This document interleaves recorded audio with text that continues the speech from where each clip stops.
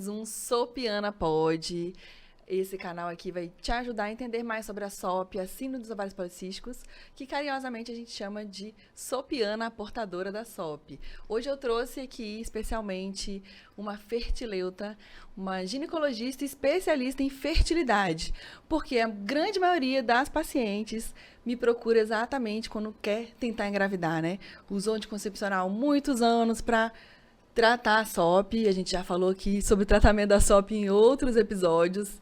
Dá uma olhadinha aí com a nutricionista, com a personal trainer, como que a gente trata de verdade essa síndrome. Hoje a gente vai falar especificamente da infertilidade com a doutora Isabela Rangel. Muito bem-vinda. Olá, obrigada pelo convite, Dani. Acho que é um assunto muito pertinente.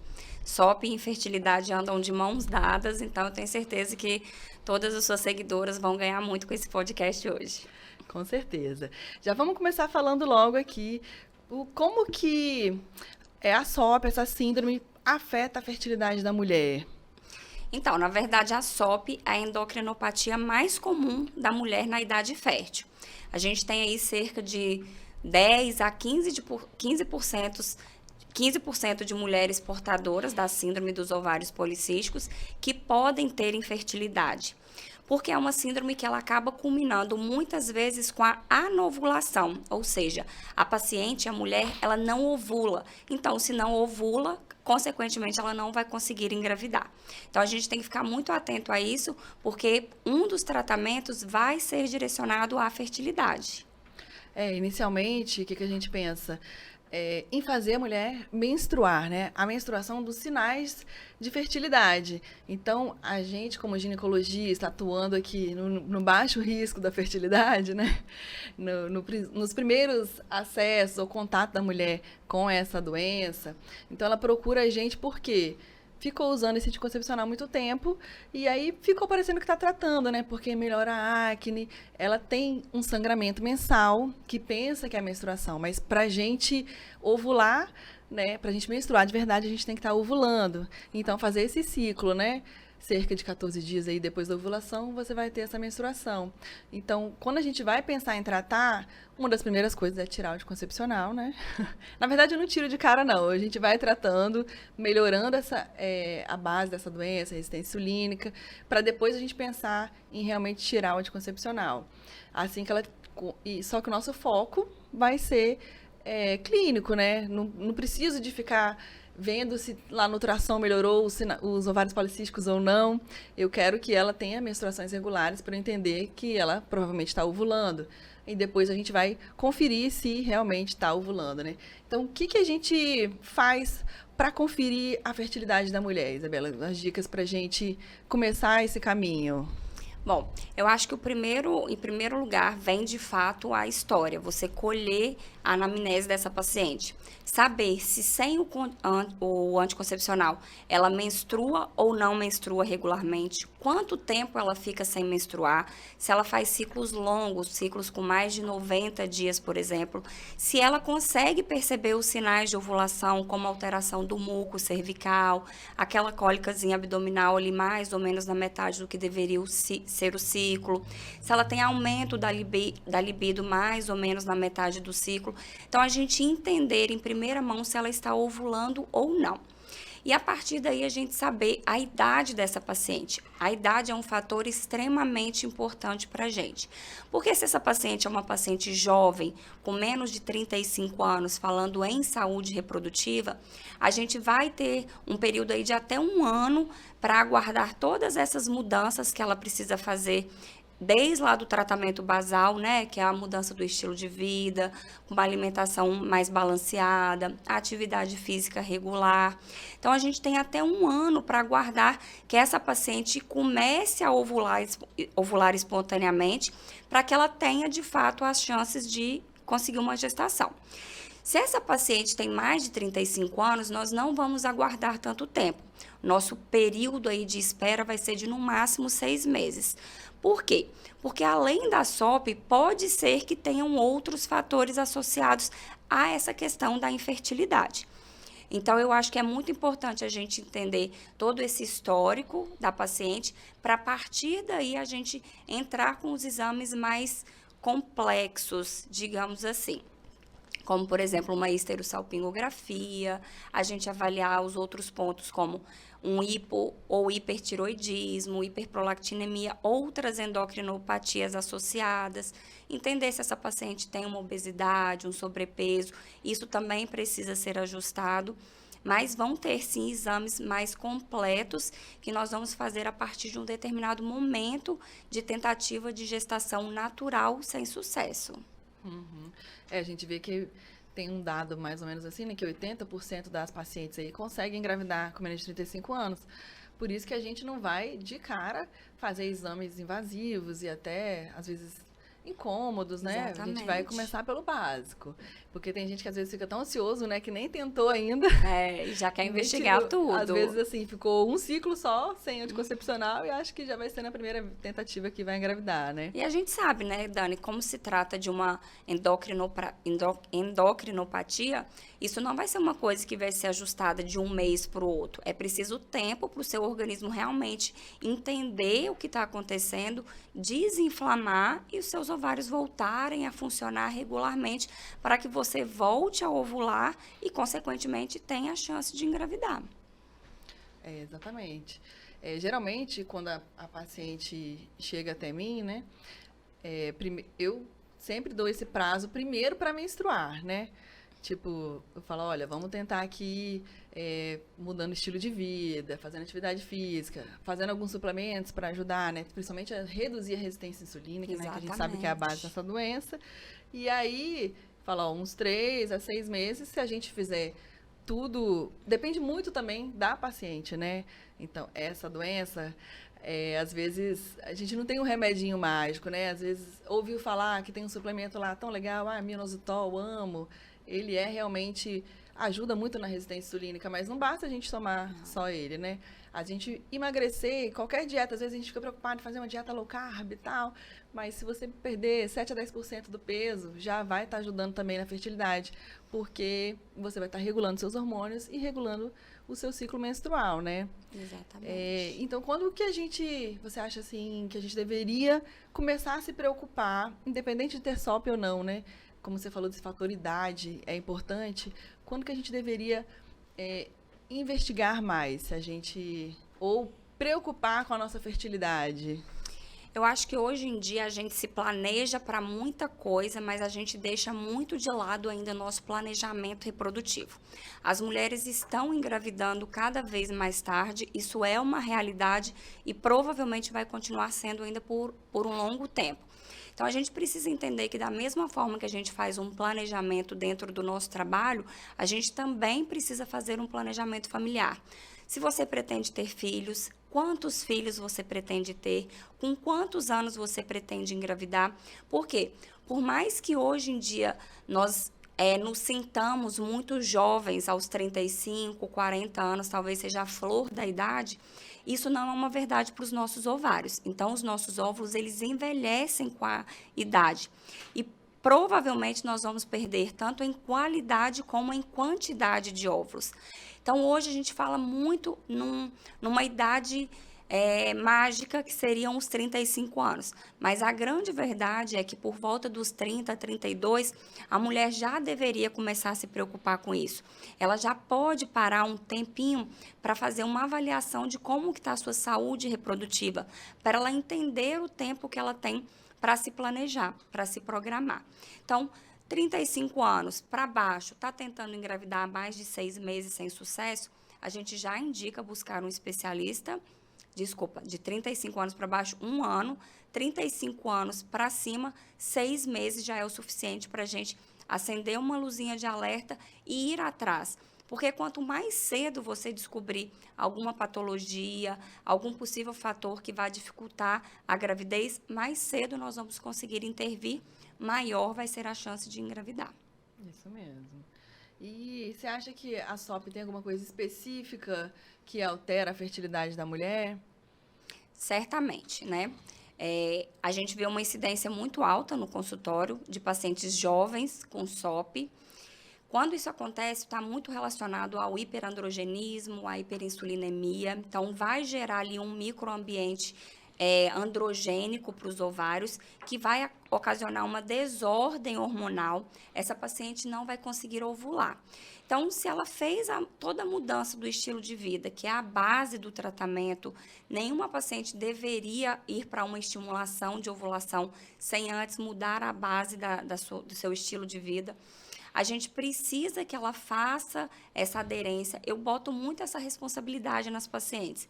Eu falo que elas não podem acreditar em pílulas milagrosas, porque o básico depende delas, única e exclusivamente delas. A partir daí, se ela voltou a ovular e ainda assim não conseguiu engravidar, ou se eventualmente, mesmo com as mudanças do estilo de vida, elas não voltam a ciclar, não voltam a menstruar, aí a gente vai pensar na questão da estimulação da ovulação. E tem muita questão de toda a síndrome metabólica por trás, né? A questão da resistência insulínica, de diabetes, obesidade. Isso traz um impacto negativo também para a imagem dessa paciente e traz aquela sensação de inferioridade por não estar conseguindo engravidar. Então, a gente também tem que levar em relação esse fator psicológico e emocional da paciente.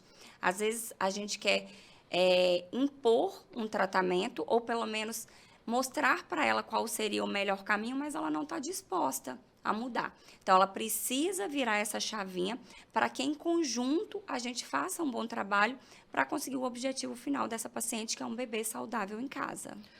Se você não mudar esse microambiente, como a Roberta Larica gosta de falar até na nossa Nutri, que a gente tem que preparar a casinha para receber esse bebê, né? Então, você ir para uma FIV com resistência insulínica, com mais chance de diabetes, às vezes também não vai ter uma boa fixação do bebê ali, né? Vai acabar tendo aborto, não vai funcionar nem a FIV. Então, não adianta a gente cortar o caminho.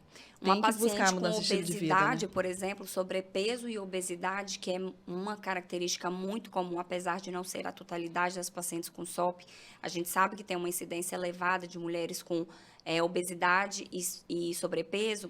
Essas pacientes que chegam até a fertilização, a gente vê nitidamente no laboratório uma pior qualidade de óvulos, uma menor taxa de fertilização e uma menor taxa de implantação. Por quê? A gente está falando de um ambiente inflamado, tanto em relação aos ovários, quanto ao endométrio, quando a gente vai fazer a transferência embrionária. É aquela camada interna do útero, né? Exatamente. Então, a paciente, ela precisa se cuidar. Ela tem que assumir a responsabilidade dela, porque isso faz parte do tratamento, faz parte da realização do sonho dela. Mas eu acredito também que, exatamente por causa dessas alterações hormonais, a gente vê estudos, né, mostrando que a paciente com SOP, por exemplo, tem muito mais tendência à ansiedade, à depressão. Então, quando eu vejo nitidamente, assim, como portadora da síndrome, né, a melhora no humor, na disposição, até para a prática de atividade física, até para o autocuidado, quando a gente começa a regular esses hormônios, a gente também consegue aderir melhor, né, ao tratamento. Sim. Então, mesmo que para a paciente não se sentir tão culpado, entender que se a gente tratar essa resistência à insulina, você vai ter benefícios e vai conseguir enxergar essa doença diferente, vai conseguir ter melhor adesão, né? Porque essa resistência é uma coisa além da força de vontade, né, também, porque às vezes a pessoa fica assim, tem sobrepeso, tem isso, tem aquilo, você tem que fazer, né? Mas à medida que a gente der o primeiro passo, a gente vai sentindo os benefícios e vai conseguindo caminhar aí pro melhor tratamento, né? Eu acho que se você entende que aquilo é o melhor para você e você consegue aderir, você consegue se comprometer com aquilo, você vai fazer, mesmo que naqueles dias que pareçam ser um martírio, se você fizer, no outro dia vai ser mais leve, né? E aí é óbvio que essa paciente muitas vezes vai precisar de uma vitamina, de um suplemento, de um medicamento, eventualmente, para ajudá-la a controlar nos sintomas. Então, a gente não pode deixar de levar isso em consideração. toda o estigma, né? Questão de peles mais oleosas, com acne, algumas com a cantose nígrica, que é aquela marquinha atrás do pescoço por conta de resistência insulínica. O sobrepeso, a obesidade, às vezes ela vai se sentir mais inferior por conta disso. Ela vai se sentir talvez menos potente diante da sociedade. Só que isso não é uma verdade. É uma patologia como outra qualquer que tem tratamento, que pode ser tratada, mas que a gente tem muita responsabilidade sobre o nosso corpo. Então, essa conscientização acho que é muito importante. Apesar de não ter cura, ser uma doença crônica, a gente pode ter muita qualidade de vida mesmo com ela e pode até engravidar, né? Com certeza, sem dúvida. A infertilidade não ela não é dada como um critério típico de quem tem SOP. Tem muitas pacientes que têm essa correlação? Tem, mas não quer dizer que ter SOP a paciente vá ser infértil, longe disso. É uma infertilidade temporária, até diria, né? Assim, que a maioria das vezes a gente consegue controlar se agir a tempo, né? Exatamente. Sempre pensando na idade também. E essa paciente que ainda tratou, às vezes está menstruando e ainda não conseguiu engravidar, vale a pena a gente pensar também em uma indução dessa ovulação, assim, o que a gente pode fazer como etapa antes da gente pensar na fertilização in vitro, por exemplo? Então, sempre que a gente, de fato, começar uma investigação para infertilidade, nós temos que lembrar também do parceiro, né? Porque às vezes a gente foca na mulher, não está engravidando porque tem SOP, porque não está ovulando, mas esquece até mesmo do parceiro. Então, o mínimo que a gente precisa ter do homem é um espermograma, e para fazer uma indução, uma estimulação ovariana para essa paciente chegar a de fato ovular, eu preciso que ela tenha pelo menos uma das trompas pérvias. Então, a gente também vai lançar mão de um exame de imagem específico chamado histerossalpingografia, para a gente saber se essa paciente vai ter benefício na indução de ovulação. E muitas vezes nós vamos ter, porque de fato o fator dela é a anovulação crônica. É muito mais um distúrbio hormonal do que uma coisa mecânica ali das tubas, né? Exatamente. Então, se nós temos trompas pérvias, espermograma normal, a paciente já está estabilizada metabolicamente falando, e ainda assim ela não está ovulando, não está conseguindo a gravidez, nós podemos sim entrar com os indutores de ovulação, né? Hoje existem algumas formulações no mercado, nós temos tanto medicamentos via oral, quanto medicamentos injetáveis, que são os subcutâneos. E aí, nesse caso, nós vamos individualizar a conduta para cada paciente para entender qual medicamento vai ser melhor para cada organismo. Porque muitas vezes eu entro com um determinado remédio para uma paciente, ela não responde. Ao longo dos nossos controles de ultrassom, eu preciso mudar esse medicamento, então a gente fala em mudança de rota. É uma paciente que a gente tem que ter muito cuidado, porque como ela tem muitos folículos, podem acontecer duas coisas. Ou ela não estimular nada, nenhum folículo crescer pela resistência ovariana que ela tem, ou estimular em folículos demais, que não é o nosso objetivo. Porque a gente não pretende ter uma gravidez múltipla, a gente quer que ela tenha um bebezinho saudável em casa. Então, tem que ser uma paciente Tem gente que às vezes quer estimular para ter gêmeos, né? Exatamente. Achando que isso é benefício. Não é o objetivo. Não é o objetivo de forma alguma dos tratamentos de reprodução assistida. Acho que é um bom índice para a clínica de fertilidade, né? Você conseguir bebês únicos em fertilizações, né? Exatamente. Porque uma gravidez múltipla é uma gravidez de risco para a mãe e para os bebês. E a gente quer um desfecho bom final. Sim, né? A gente tem muita prematuridade, né? Associação com diabetes, pré-eclâmpsia, só para alertar também, Exatamente. Então, o que a gente vê com muita frequência no consultório? Às vezes a paciente sabe que tem SOP, o ginecologista geral falou para ela que tem SOP, não investigou, não orientou as mudanças de estilo de vida, não fez os ajustes que precisam ser feitos e simplesmente fala, toma o remédio X por 6 meses, 1 ano. Não pede um controle de ultrassom seriado. É isso que eu ia falar, muito importante acompanhar, né? Exatamente. Então, a paciente, ela fica perdida. Isso não é legal. nem para a paciente e nem para o médico. Porque a chance de gravidez múltipla é muito maior, né? Você está colocando a paciente em risco. Ela não vai adivinhar sozinha qual dia que ela está ovulando. Ela não vai saber se o endométrio dela está respondendo como deveria responder. Então, esse controle ultrassonográfico durante a estimulação em pacientes que têm SOP, ele é imprescindível. Não existe, não cabe hoje, no mundo que nós vivemos, com as oportunidades que nós temos, uma paciente fazer uma estimulação ovariana sem controle adequado com ultrassom. Isso chega a ser uma irresponsabilidade do médico que está prescrevendo. Sim. Então, essa paciente, ela precisa ter o acesso correto para que ela, de fato, tenha chances de engravidar sem perder tempo e sem botar sua segurança e do bebê em risco. Não precisa necessariamente de ir numa clínica de fertilização nesse momento, né? Só para paciente saber onde procurar, né?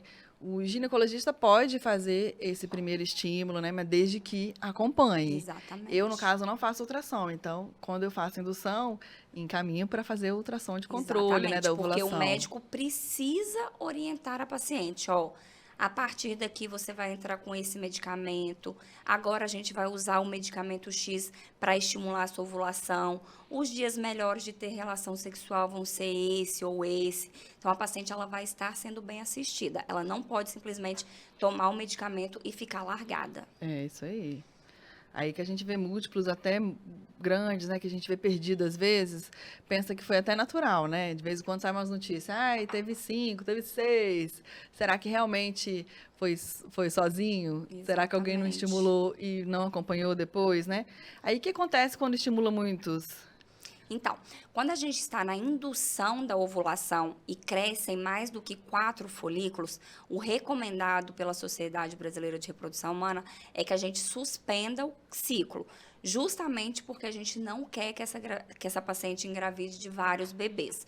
Então, se forem até 3 folículos, ok, a gente pode dar seguimento orientando essa paciente que existe a possibilidade de gestação múltipla, apesar da gente saber que na maioria das vezes a gravidez vai ocorrer de um único bebê, mas existe o risco, então ela precisa estar consciente disso e estar de acordo de ir adiante com o tratamento. Mais de 4 folículos, a gente recomenda que essa paciente não mantenha relação sexual naquele período que seria o período ovulatório ou faça usando preservativo. Aí, então, depois que a paciente fez isso tudo, né? Fez os tratamentos de baixo risco, né? Conseguiu com o ginecologista. E aí ela ainda não conseguiu. A hora de procurar o fertileuta, que eu acho que, às vezes, muito ginecologista não orienta essa parte, né? A paciente demora a ir, sempre pensando na idade e relacionado a essas tentativas. Exatamente. Se a paciente já fez alguns ciclos de indução de ovulação, tentou medicamento oral, tentou os medicamentos injetáveis, que são os hormônios propriamente ditos. Ela ovulou direitinho, mantiveram relação sexual naquele período adequado e ainda assim não engravidou, a gente vai investigar outras causas que podem também estar por trás dessa infertilidade, como uma fragmentação de DNA espermático elevada, uma endometriose, se essa paciente tem histórico de cirurgia pélvica prévia, se ela tem fator de risco para uma aderência, se ela já teve alguma infecção por clamídia, por exemplo, que também pode provocar ali dificuldade na motilidade das trompas. Então, nós vamos buscar outras causas. Não identificou nada, de fato, é a SOP e ela não está conseguindo engravidar, a gente pode pensar assim na fertilização in vitro. A fertilização in vitro, ela é muito parecida com a primeira parte da estimulação da ovulação, só que nesses casos a gente usa uma dose mais elevada de hormônio. Por quê? Porque na FIV, diferente da indução de ovulação para o coito programado, eu prefiro que essa paciente tenha mais óvulos. Porque quanto mais óvulos eu tiver, mais embriões eu vou conseguir formar e mais embriões eu vou selecionar para que a gente transfira embriões de boa qualidade para o útero dessa paciente. Quando a paciente faz a fertilização in vitro, no caso da sopiana, tem algum risco aumentado? É mais perigoso na paciente com SOP? Tem algumas medicações que ela não pode usar também? Tem sim. Como a paciente tem muitos folículos, esses folículos todos vão ser estimulados. Por mais que a gente tente controlar para que não aconteça um crescimento exagerado, muitas vezes a gente tem mais do que 15 óvulos coletados. Isso faz com que essa paciente se exponha a uma síndrome de hiperestimulação ovariana. Então, hoje em dia, a gente consegue controlar bem com determinados medicamentos também que a gente usa especificamente para esse fim. A gente nunca vai fazer uma transferência a fresco de embriões para essa paciente, porque isso também aumenta o risco de fazer essa síndrome de hiperestimulação ovariana. É uma síndrome que traz um desconforto muito grande para a paciente, principalmente na primeira semana pós-coleta de óvulos. Existe uma alteração hormonal também que acontece, onde vai ter uma fragilidade dos vasos sanguíneos. Então, essa paciente vai perder líquido dos vasos, vai ficar com o abdômen muito distendido. Isso pode gerar náusea, vômito, sensação de fraqueza, de cansaço, de taquicardia. O abdômen fica muito distendido, então ela fica muito indisposta. Então, a gente consegue controlar com determinados medicamentos e geralmente eu falo, olha, vai acontecer, mas no 8º dia parece que tá tudo em ordem novamente. É uma síndrome, então, autolimitada. Cada vez mais a gente vê menos necessidade de internação hospitalar. Então, a gente consegue controlar bem os sintomas de casa, com bastante hidratação, alguns analgésicos, alguns medicamentos também mais voltados para essa síndrome de hiperestimulação, mas sim, é um risco que a paciente corre. Mas eu falo que a maioria sai super bem, então não existe uma preocupação tão grande, porque o risco de complicar, hoje em dia, ele é pequeno, relativamente pequeno. E depois que ela fizer a fertilização, ela também vai ter um risco maior durante a gravidez de um diabetes gestacional, por exemplo, né, devido a essa resistência à insulina. Então, como se fosse uma gestação normal, né, uma gestação sem fertilizar, né? Exatamente. O fato de ter feito fertilização não vai colocar essa paciente em risco. O risco habitual dela vai ser referente às patologias prévias. E aí, no caso da SOP, entre eles, a resistência insulínica, o diabetes. É uma paciente que tem um risco maior de síndrome metabólica, então ela pode ter uma dislipidemia, desenvolver uma hipertensão durante a gravidez, mas não por conta da fertilização in vitro, e sim pela doença de base dela. Isso aí é um grande medo que eu vejo, que às vezes a paciente fica com medo até de fazer parto normal, Exatamente. Só porque fez a FIV, né? Não tem contraindicação de parto normal para quem fez fertilização in vitro. Então, sopiana pode parir também. Pode com gosto. E só para a gente finalizar, queria que você enfatizasse um pouquinho mais sobre o fator masculino, né?